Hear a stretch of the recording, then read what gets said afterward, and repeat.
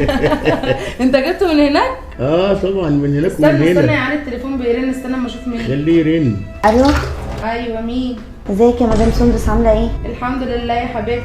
حضرتك انا شفت ليكي اعلان على الجروب ان انتي محتاجه حد ينظف لكم الشقه. ايوه يا حبيبتي، ايوه. هي فين؟ في مدينة نصر.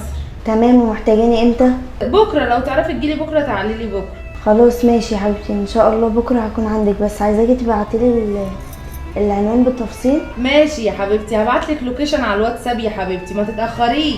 على الظهر كده هكون عندك ان شاء الله. ماشي على الدور، حلو. ماشي يا مدام، شكرا. ماشي يا حبيبتي، سلام. البطه وقعت. وقعت وجايه هنا بكره الساعه 12. البطه وجها جديد. البطه وقعت. يعجبني فيكي اصطياد البط. يا عالم عشان انت البطه الكبيره.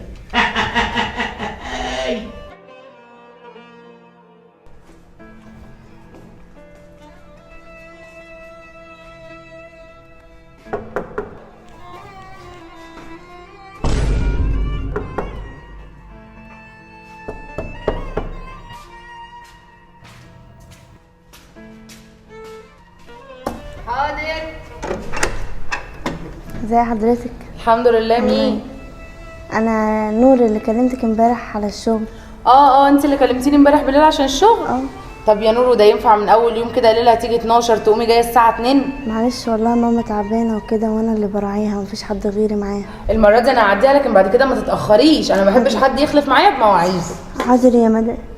سامعاني ولا انت مش معايا؟ حاضر، بس معلش، بس المواصلات كانت ايه يا بنتي؟ المواصلات كانت صعبه، وماما عاجزه خالص، وهو انا اللي شايله كل ده لوحدي.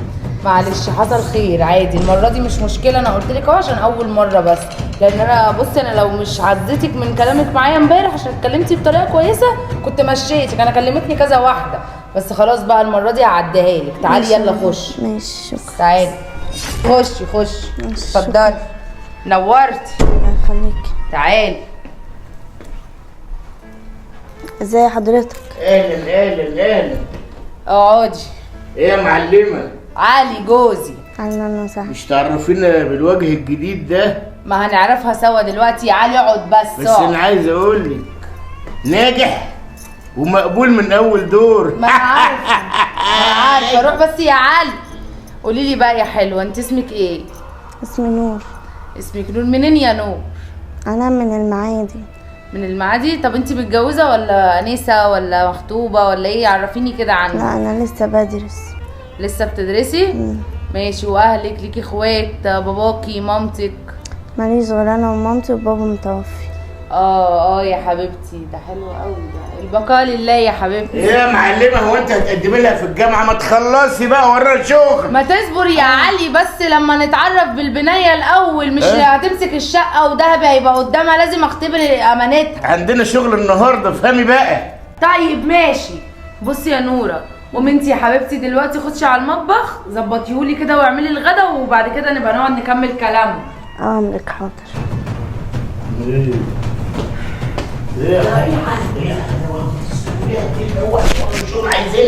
طب ماشي يا علي، مش تسيبني اقعد اتكلم معاك كده كلمتين يا علي لما نشوف اخرتهم؟ ايوه بس النهارده الزباين كتير والدنيا قايصه.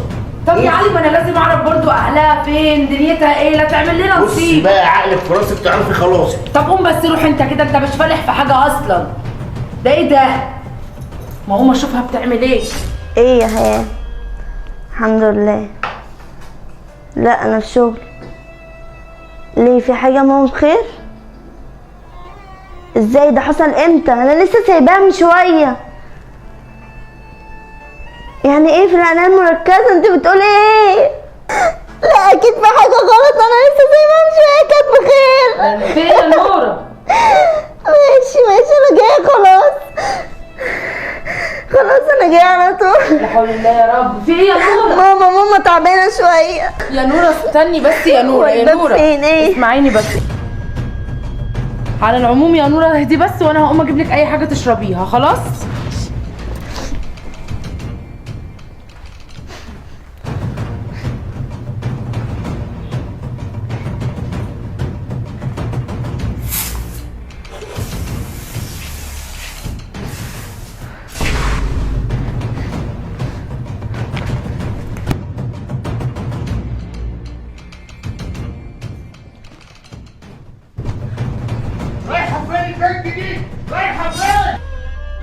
ويا جماعه الهدف من الفيديو ده ان احنا بننصح اي حد ان هو ما يثقش في اي حد لمجرد ان ينزل اعلان للشغل، او ان هي تروح مثلا عشان خاطر وظيفه او الكلام ده كله. لا، لازم طالما اول مره في حياتك هتخشي بيت حد او مكان حد، يبقى معاكي اخوك الكبير، يبقى معاكي زوجك، يبقى معاكي باباكي، اي حد يكون راجل معاكي، عشان لعل وعسى ايه اللي ممكن يحصل لك في المكان دوت.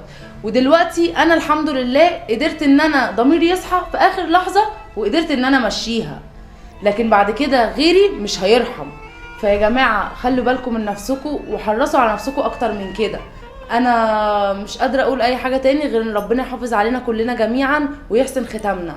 هو طبعا كلام جميل جدا، بالاضافه اللي قلتيه ان اي واحده هتروح شغل لازم تسال على الشغل ده تبع مين، نظامه ايه، الحي فين، تسال عن الشغل، مش تخش كده وخلاص عشان ما يحصلهاش زي اللي كان هيحصل للبنت.